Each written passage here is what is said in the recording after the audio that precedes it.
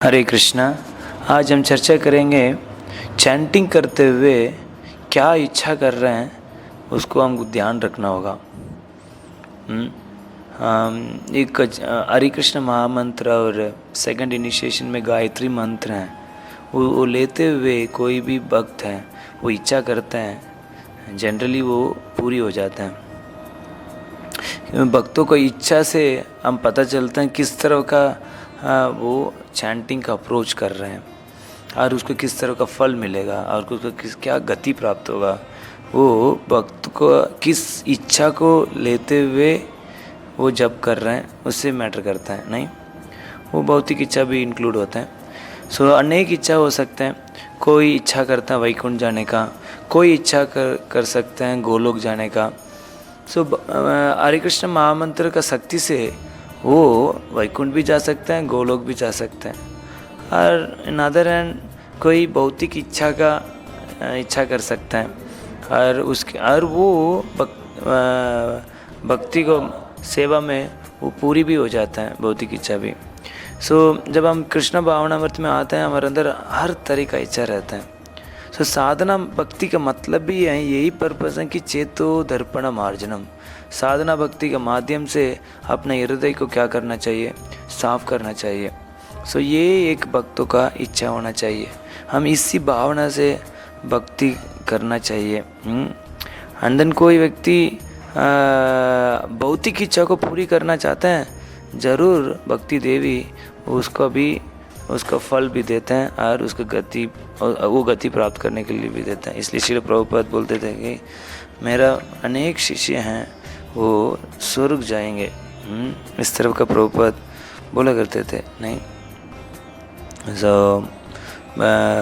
महामंत्र का कृपा से हर इच्छा पूरी हो जाता है। और भक्ति देवी कोई साधक भक्ति देवी कृष्ण से दूर रखती हैं, कोई व्यक्ति योग्य नहीं है।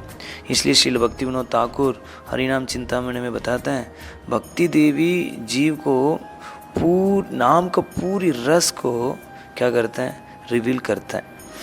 भक्ति देवी की कृपा से जीव को आध्यात्मिक शरीर प्राप्त होती है और उसके माध्यम से वो लीला में प्रवेश कर सकते हैं और रस को अलग अलग रस को अनुभव कर सकते हैं।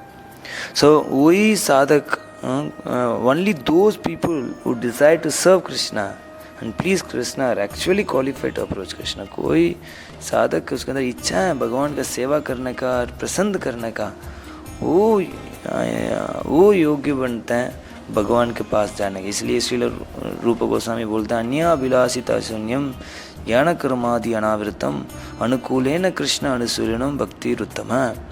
हम भगवान का अनुकूल भाव से क्या करना चाहिए, सेवा करना चाहिए, बिना भौतिक इच्छा का, बिना कोई कर्म का फल का इच्छा का और बिना मेंटल स्पेकुलेशन और फिलोसफिकल स्पेकुलेशन का हम क्या करना चाहिए, भक्ति करना चाहिए। उसको ही बोलते हैं शुद्ध भक्ति।